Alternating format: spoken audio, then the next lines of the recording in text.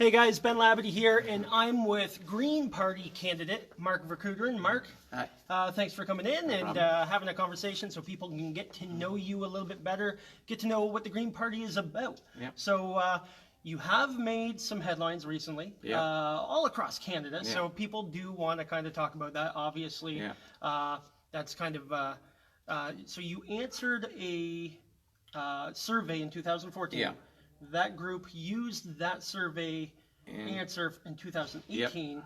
and then the party kind of went against that. Can you tell us a little bit about that kind of ride? Well, okay. So the reason I ended up doing the survey in 2014 was because I was running as a candidate in the provincial election in 2000 in Essex. I was even though I didn't live in the riding, they put me in there.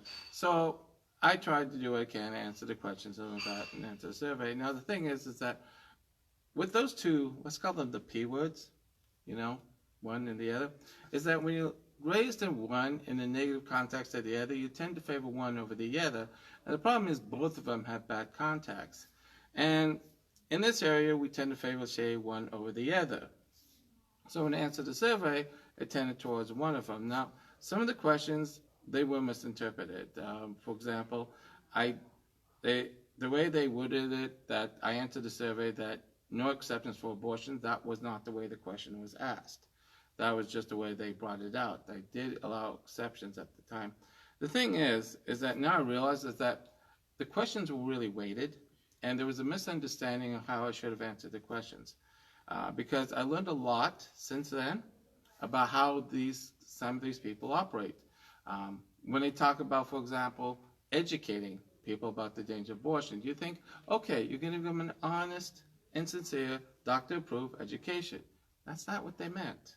They meant staying outside, harassing these women, and pretty much bombarding them with lies. That's what they called education. I didn't understand at the time.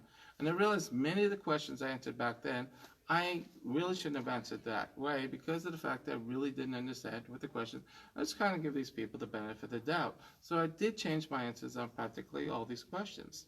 And the reality is that my policy is really more in line with what most of the country thinks. We don't like the idea of abortions, but we understand it's a necessity. And for the most part, my feeling is that a woman has a right to what she does with her body, what she needs to do and what she feels she has to do and what she was and doesn't want to wear. She has a right to whatever she wants. And I realized that, and that's the way I always felt. And while I don't like abortions, I must admit, because I'm in favor of life, and we must give benefit to all life and biodiversity and all that, and that's how I all feel. And that's how I was thinking back then. So that's the way I answered. And in many ways, I did change as I learned. And in many ways, I still haven't changed. But I do believe, and in talking it over with the Green Party, it is that my policies are in line with the Green Party's. A woman does have a right to choose what she does with her body. She does have a right to an abortion. We should focus on sex education because that's what's necessary to stop people from having abortions. And we also need to focus on helping women develop a positive attitude, which I think is also what is necessary to promote abortions. Countries with good education, strong body image, they have less abortions even when it's totally legal. Meanwhile, in the U.S., we are knowing that what's been happening recently is that now that the Republicans feel energized, they've been trying more and more to stop abortions, and it's just more and more damage to women. Okay, so your personal view is that you're not for abortions. Okay, and then but you do understand that the world we live in and understand the woman's right to choose and support that. Right. Is that correct? Yes, and we should do what we can to protect. I didn't mean to say protect. I mean to help women develop a better positive image about themselves. Okay. And be more supportive of them and what they want to do, and not degrade or harass or tell them what to do. It's not my right to tell a woman what she can or cannot do. It's not my responsibility, and frankly, it's not my business. Women should be able to do what she wants. I have no right to her. All right, I think you've covered that pretty good here. Let's move on to how did you get into politics, and how did you get into politics wanting to be a part of the Green Party? Because you've been with the Green Party for a good period of time now. Yeah. Well, it all began in 2011. I supported the Green Party and we voted for them, and then I got an email saying, hey, we need a candidate in the area. I was living in Kitchener Center, and I thought, well, we really needed to promote the Green Party values, and we definitely needed, opposed to the old established parties, particularly when we have the Liberals and Conservatives going back and forth, fighting with each other, pretty much acting mostly the same way in so many ways. And I really felt in the Green Party's values and what I like to call the big picture thinking, to look at the larger necessity which is needed for our economy and our future and for the future of Canada. So that's when I started getting into it, and I found it was pretty good at doing a lot of stuff necessary to be a candidate. And so when it came up later, I said I want to do it again, and I ended up doing it again and again and again. And so this is like my second federal, and I've done 3 provincials. Okay, so in the last election, federal election, you had a little over 1,900 votes, almost 2,000 votes. Do you think the Green Party's kind of grown in that period of time, you know, to gather up a little bit more, I guess, overall exposure and promotion? Yes, we've got more money. We've gotten higher in the polls. We actually started electing more people. We started winning provincial elections. And more than anything else, our main focus on this climate and disaster and climate emergency has gotten a lot more attention. Back in 2015, we were dealing with the fact that we actually had a recession that year. We've probably forgotten. The fact is that at the time, there was Conservatives in power, and there was a lot of anger against the Conservatives at that time, and people were like focused on what can go against them. So when that happens, a lot of people are moving toward the Liberals. They're moving big time. We lost, NDP lost a lot of support. We lost support. And since then, though, people kind of realize is that we need to focus on this climate disaster and climate emergency that we're having. So many of us have been hearing and dealing with problems, and then they say this is because of climate change. When that keeps happening over and over again, people realize, look, we got to take this seriously. Okay, and well, the Green Party probably got started in, as I understand it, because of the environment. Is that correct? Yes. Okay, and what do you see as challenges to the environment, especially in Chatham-Kent Leamington, where you represent? Well, obviously the weather and the water, obviously, because we got flooding in the Thames River in the spring, and then, of course, the flooding on the lake in the later part, and it's been really bad this year. In fact, I should mention that area that has been, they had to close off these houses, and now they had to turn that road into one way. I'm very familiar with that road. In fact, my family lives at the same postal code as that area. And for up until last year, I was living at the same postal code. So I'm very familiar with that area. And I've actually been on that road several times, biking and driving. And all the time, I cannot remember this kind of thing happening. And I went to Shrewsbury, and I went to Erio, and you can see that they're still dealing with it, and you're still hearing about it. So this has been unprecedented in the disaster and the flooding we've been having. And last year, remember, had massive amount of flooding, and then this year in the Thames River had massive amount of flooding. And this is serious. And not to mention, because of the rain and the weather, it's affecting the crops, it's affecting the people, and it's affecting the livelihood of the farmers. And if this is just the beginning, it means we really have to take it seriously, because it's just going to get worse. Right. Okay, with the Liberals, Conservatives, and NDP being here for so long, and the Green Party still, I mean, we're still a few years away from the Green Party being similar to those parties, although the Green Party grows every single election. What is your goal this election cycle? Is it to get more exposure, get more votes, get elected? Obviously, is the number one goal, get elected. But if you're not elected, what would be a sign of success for you? To actually increase the number of votes and actually get attention out. And one thing I've realized is that with a small party like this, we don't have, obviously we have a small budget, we have a small team, and it's hard to get it growing, and it's hard to get involved. And every year I'm finding more and more what I can do to actually get the message out. This year was actually got into parades. I've seen you in the parade. Yeah. Yep. And we're going to be at the Highgate Parade this Saturday. And we're going to try to get more involved in events and all that, and more involved with the people, and more involved with the community. And I should say more involved with talking to people in the community, and kind of get more attention out. Because now, the thing is that quite often people say, I didn't even know there's a Green Party candidate. The more I get out there, the more people realize there's a Green Party candidate. And maybe I'll run again the next time. Maybe it'll be somebody else. But at least we can actually, every year, every time, we're going to be doing a better job. Okay, how can people help you out? Where can they go? What can they do to participate in helping the Green Party get more exposure here in Chatham-Kent Leamington? Well, I do a lot of my Facebook work, and if people want signs, they can just contact me on Facebook or by my Green Party email address. Okay. As well, just to talk to me, and we'll see what can be done. It does help when people help me with the parades, because when more people I have there, the more thing. Right now, because the campaign's underway, we'll actually, in many ways, it's kind of nearing the end, because we've been doing this even before it started.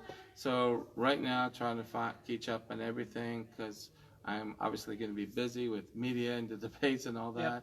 Yep. But I am going to try to do more door knocking this time and talk to more people. And if anyone actually want to talk to me, they can just reach me by my email, mark.vercouteren@greenparty.ca, or by my Facebook.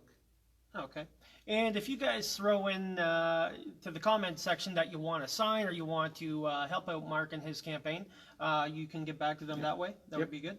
Awesome stuff. Now, beyond the environment, beyond the word green, talk about the economy, what your party can do for the economy. Well, I believe that we can focus on turning towards a green economy. How should I put this? Over the past few decades, we're kind of used to the way the economy works. A person goes to work, they want to get more stuff, they want more houses to put more stuff in. Their whole idea is the shorter they're successful is to have more stuff. That has been our way I've always been thinking for the past long. But lately, that's been changing. Lately, people are saying, look, we don't need more stuff. We need experiences. We need to go places. We need to have new, like I said, new exposures to new things. We don't need to have stuff. And we're moving towards a green economy gradually. And I think that we can help on that. We have to say, look, you want more stuff, you don't need a bigger house. We can actually build more affordable houses. We can tell developers, if you're going to build a big, expensive house, you can actually encourage you to, we're going to help you to build more affordable housing. People don't need big houses as much. Newer generation, they're going to want smaller houses because they're not going to want to have much stuff. People are moving away from cars. Car companies are moving more towards electric cars. But more than anything else, I've heard a lot of people say we want more public transportation. There's more popular with railroads. I'm getting attention for that. We can move towards an economy focused with renewable energy. Renewable energy is the job creator. It's not the old carbon energy source, which is going to be dying. And here's the thing. We're probably hearing about how, and quite often how they're losing investment in oil futures in Canada, and they blame it on the lack of pipelines. Here's the thing. This is around the world. Oil companies are dropping investments in oil around the world, in the U.S., and in large amounts they are in Canada. So it's the reason we're losing the oil investment in Canada is not because of the pipelines, it's because of the fact that's the way all the oil companies are working nowadays. They're dropping their investments. And we're seeing that more and more is going into the renewable energy. That's going to be the future. So we can move towards a green economy, and that's where the Green Party sees us going. And the thing is that too often is that we come up with new and innovative ideas, and they get taken by us, and then they're the ones applied. So take, for example, the so-called carbon tax, where he's actually taken money to the carbon, and he's going to give it to the people. That was our carbon fee and dividend. That was what we had before that. Where the idea was that it wasn't going to be a carbon tax, it was a carbon fee and dividend, just take the price of that carbon and move it with the people. And that's what we should be doing to make it more, to do it to reduce people's need of carbon, because the more they do that, the more incentive it to people to reduce the carbon. So it's not a carbon tax, but that's what the Liberals called it. And that's one of the ideas that we brought forward first. Now here's the thing. You probably heard, for example, that Elizabeth May come out with a point for decriminalization of drugs. It might seem shocking, but here's the thing. And then we all recall that's what the prohibition didn't work, and that was trying to ban all alcohol. We're trying to do the same thing with drugs. So it's time for us to move away from this idea that we can enforce people not to do drugs, but the laws. And I think that's the best way to handle the problems. So the Green Party is always looking towards the future. We are the party of the future, the big picture thinking. We look at plans that work, we look at ideas that work, and we say, this is what we should be doing. And in the end, that's what the people are doing. So we're just doing it first. Okay, for going back to the drugs, and I believe it was the possession of drugs. And is it limited to any? Is it just limited to, too much marijuana or all drugs in general? Well, the thing is that the idea is going to decriminalize drugs. Rather than making these laws that say, look, if you're possession of drugs, go to drugs, you should go to jail. This is one of the biggest problems with the U.S. penal system. They have the largest number of criminals in the world per percentage-wise. They have more criminals than the rest of the world combined several times over. And why? Because of the drug laws. And the thing is that when you criminalize drugs, you can't control the drugs. And the biggest problem nowadays is the opioid epidemic, and that is from prescription drugs. So we need to focus on what it takes to help people get off the drug addiction, more to the addiction clinics, but we also need to control the drugs. When you decriminalize it, you don't control it. Grabbing large sums may make big publicity, but it doesn't do anything. It doesn't help with the fundamental problems causing the problems. So we need to find more ways of being an effective way to control the drugs. Decriminalizing drugs doesn't do it. Okay. What about going back here, the people that are incarcerated because of drug possession of certain amounts of drugs and that have been in prison and jail for a period of time? Would there be anything to go back a little bit in time and get them free? We probably would have to examine it on a case-by-case basis to see what is the situation. And I could see that being the case is that if we look at this situation, like if they were arrested for a simple possession of a few things, then probably should just look at them and say, look, change it and say, look, we can re-examine your case and perhaps you should allow you to go free. If it's, obviously, in the more serious issues, we have to examine it. But I think that a lot of times you just criminalize someone for a simple possession of marijuana when it's illegal. We should definitely examine that case and why is it they being charged something now, paying for something now just because at that 10 we had said we should. Because the thing is that the move towards legalizing marijuana has been coming for some time. And Justin Trudeau just kind of put it out there, and I think it would have happened inevitably because of the fact that is where we're moving. The laws had always stated at that time, so the courts had stated, look, marijuana for medical use should be allowed. And the fact of the matter is that while it is a serious issue, it wasn't helping by making it illegal. So we should examine the laws, examine why we put it on. And it is the thing, too, is that when you have someone in jail, it costs you money. It's more cost effective to look at the case and say, look, it's not real justified in putting you in jail. We should let you go free. Yes, you did your time and all that. It may seem letting people go free, but the thing is that we also should examine how they got in jail. Was it jail because of the fact that we choose them over somebody else? Is that fair? No. So on a case-by-case basis, we have to examine things. And obviously, it'd be more cost-effective to take people out of jail for something that is now legal. I mean, it makes no sense. Right. What are the biggest issues that you have heard in the Chatham-Kent Leamington area? You're the first person to talk about drugs anyway. Yes. Well, and the thing is, it's a serious epidemic in our Chatham-Kent area, and it's been often mentioned. And I even heard about it in the last federal election, too. That's been a serious issue with the epidemic, and that's why there's a lot of talk about it. And it is with regard to illegal drugs, so it's something that has to be taken care of. I also heard that because of the fact we have a large senior population, we need more public transportation. There's going to be an issue, for example, if you're in Blenheim and you can't drive, you need a way to get to Chatham, so we need more public transportation. Also feel that there's a lot of anger the way the housing market has gotten in the Chatham-Kent area.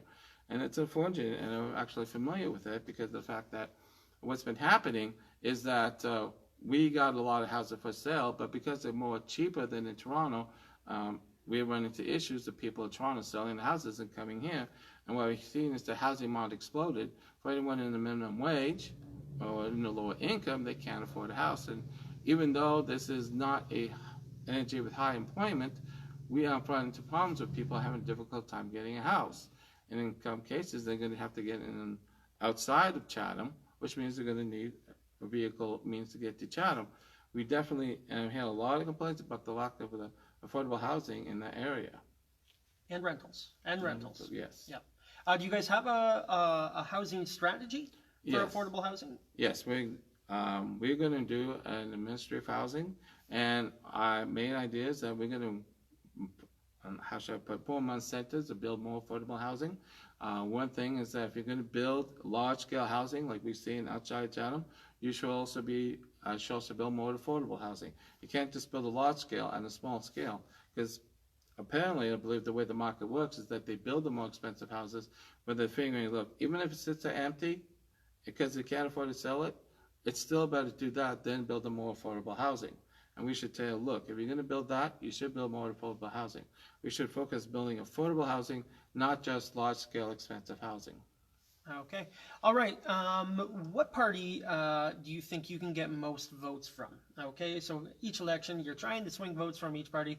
What can you tell Liberals, NDPs, or Conservatives about your party? What is that one thing that you could draw them over to the Green Party with? Well, see, I think you'll have a good chance with the opioid ideas that you guys have, but... Well, I found that I hear from people from all parties. We get the NDP, often they switch Green to NDP. I think we're probably, often in this riding, I hear a lot of people say, I went from Green or NDP. I also hear from people who vote Conservative, and this is a very conservative riding, but at the same time, a lot of people don't like what Conservatives have done. Obviously, Waters Wells First is not happy with Ford, even though he came out a month ago, he came out and said I promise I will do a survey, and then more than a year later, nothing happened until I got an announcement, okay, we are going to do a survey, and still apparently they wrote in the paper saying still nothing's happening. So I've been hearing from them, because water is an important issue, and we all need it.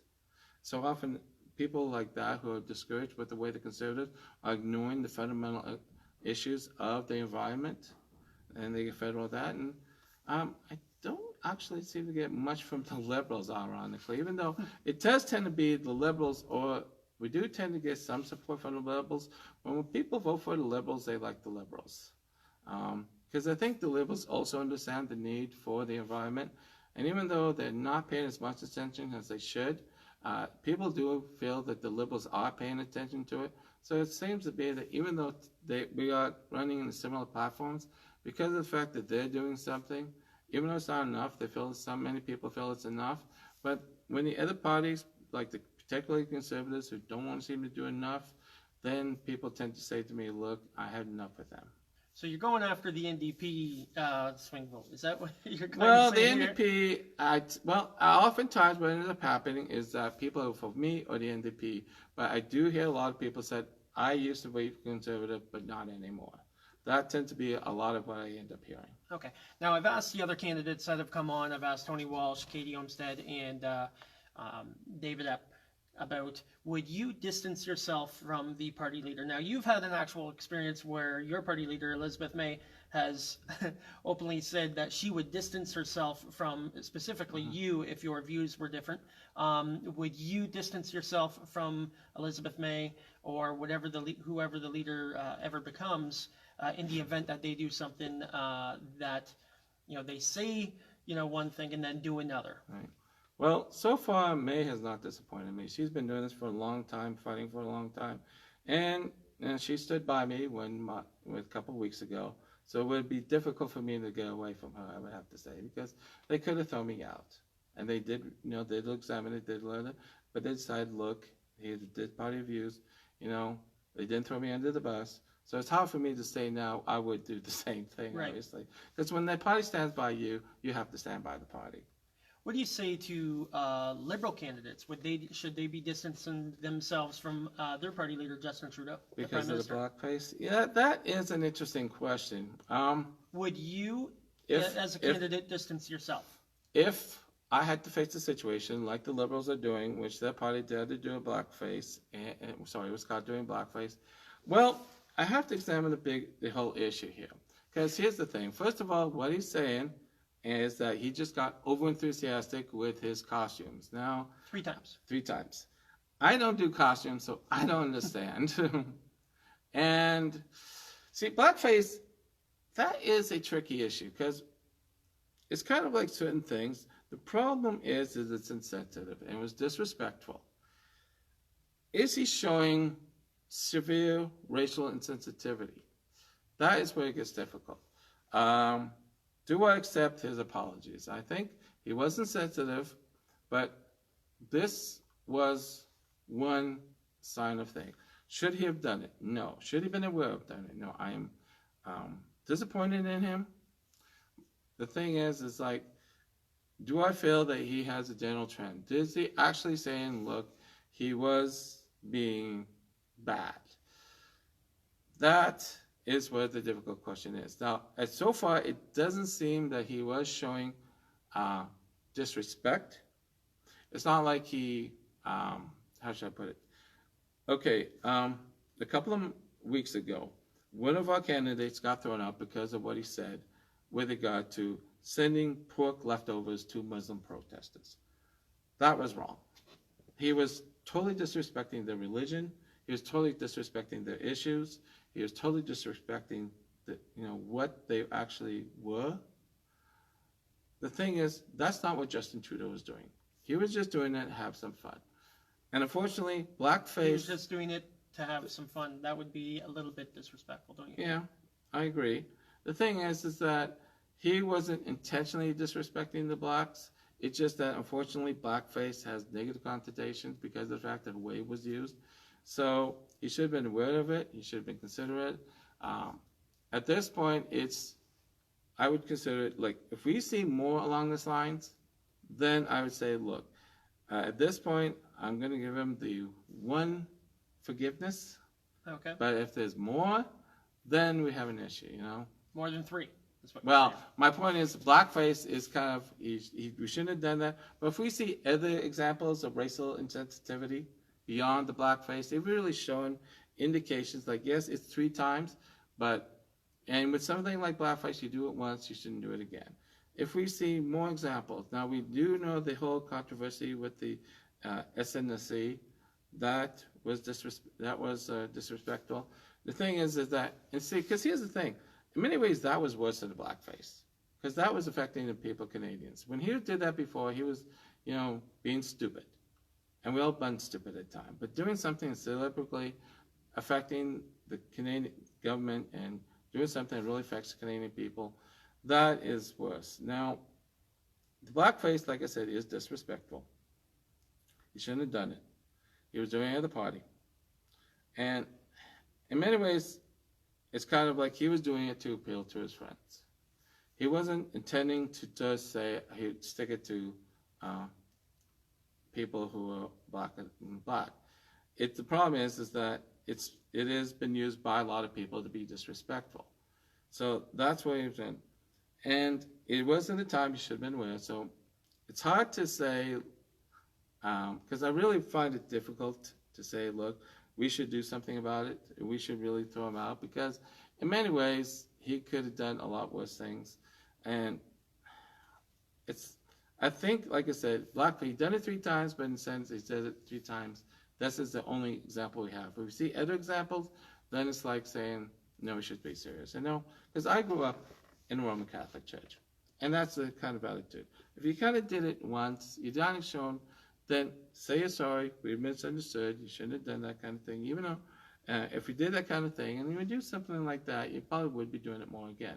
But if it shows other examples of being racially insensitive, of being disrespectful and all that, then we should go, look, he really shouldn't be our Prime Minister. All right, let's move on. We've covered that. Let's talk about, what do you think the greatest challenge to Chatham-Kent Leamington is for you? Well, for me, it's pretty much just the riding. It is huge, because I have to be in Chatham, I have to be in Leamington, Blenheim, Ridgetown, Tilbury, Lakeshore, Highgate. I mean, that is a lot of area to cover. And it's like, if it was like when I was doing kitchen center, it was smaller. And if I did a sign, I could do a whole bunch of signs in one day. For me to kind of make sure everybody gets signs, I have to travel like several hours. And you're a small team, so that makes it Yes, even exactly. harder. Exactly. That is the biggest challenge more than anything else. So a lot of my time ended up going from place to place, here to here, to talk to everybody and reach as many people as possible. When I have to travel, like, takes me at least almost an hour to go from one end to the other. Right. So that is the biggest challenge. So much more time ends up being traveling. All right. Youth voters, do they go green? They too. They tend to go green. I do like to try to reach out to them as much as possible, and they do understand because it is the realization that the environment is important to them, and they realize is that we have to do something now for the future, particularly when they realize figures that things are going to happen within less than a couple of decades. That means that the people young now, it's going to hit them when it gets serious. Also think of the fact that, like I said before, about moving to a green economy, and that tends to be where we see it's happening. Youth voters are not interested in cars, they're not interested in driving, they're not interested in accumulating as much stuff. They're accumulating more on an online presence and online likes and experiences, and don't feel as much need of stuff. And I think they tend to are going towards what makes for a greener economy. So it's easy to reach in that way because of the fact that when you say to somebody, you don't have to pay as much as, look how much the gas bill, how much it is for you to get gas. Well, like, can't afford a car, so why should I worry about the gas tax? Yeah. You know what I mean? So yeah, they do like bus more than a lot of other things, and it is understanding is that the environment is important, and particularly now when you realize that the climate crisis has gotten serious, that this is something that could affect them in their lifetime. And if we don't do something now, it is going to have some serious consequences for them. Okay. Now, I usually wrap it up with 2 questions. Why should people vote in general? Why is it so important? And then why should they specifically vote for you? But before that, do you have anything that you want to say, any issue that you want to bring up that I haven't asked or anybody asks? One thing I'd like to add is that we've been seeing how the controversies with the Liberals and the federal government and in the provincial government with the Tories, and this often happens because of the way we vote. Because of the fact that we have first past the post, which means that even though you get a minority of the votes, you can still have a majority government. And this, I believe, is something that we really need to fix. We were supposed to have this being the last election was supposed to be the last first past the post, and unfortunately that is one that's very disappointing. And one reason, and more than anything else, I think why should we be ashamed of Justin Trudeau is the way he handled that. Promising that, and then no, he changed his mind because he didn't like that. We should, first of all, make more into proportional representation, or at least look at electoral system that actually make more fair to voters. And also should encourage a government that we don't believe we should, how should I put this, a more rules-based government that allows transparency. Last provincial election, here we have the Conservatives saying we're going to be accountable, and he kept using accountability. And did we see accountability? The reason we don't see accountability is because there's no reason for them. And the only way to actually bring accountability is have a transparency rules and an open government and to bring laws into place to say you can't do that. We have to be a government that has more exposure and to make sure so that we don't have this first past the post, so that the will of the people actually is represented by the government. Okay. And why should people vote for you to wrap this up? Well, because, as you know, we are dealing with a climate crisis. And I am familiar with it, and I've been seeing it, and I can understand that something must be done now. And I believe that we want to fix the system, to bring a government that is more representative of the will of the people and more accountable to the people. And by accountable, I don't say I'm going to be accountable. I'm saying it is literally in our Green Party's best interest to bring a government that is actually accountable, to put rules in place to make it accountable. And I understand that we need to bring in more affordable housing in the area, to bring in more tell developers, if you're going to build the more expensive houses that few people are going to afford, that you have to build houses that everyone can afford. And I understand the need to bring our economy into a more local-based economy. One of the policies we believe in is that we should bring not just manufacturing jobs, but actually more value-producing jobs. Because we have our farmers, and they have to ship the food elsewhere to process it, and then we can eat it. If we bring more processing centers in Chatham-Kent that we've seen going, then we can actually increase our economy, help out our job market, and have a more stable market to deal with any changing needs. Because it's quite clear that in this global market, things are stable, and we need to build the sustainable economy to survive. All right. Well, Mark, thank you very much for coming in and sharing your thoughts and answering some questions. Hey, guys, if you like Mark, if you like the Green Party, hit the like button, hit the share button, and also comment if you guys want to sign, if you want to help Mark, comment below, and Mark will get back to you. Yep. And thank you for watching. Hit that share button. Thank you, Mark, and make sure, get out and vote October 21st, Yep. right? All right. Talk soon. Thank you.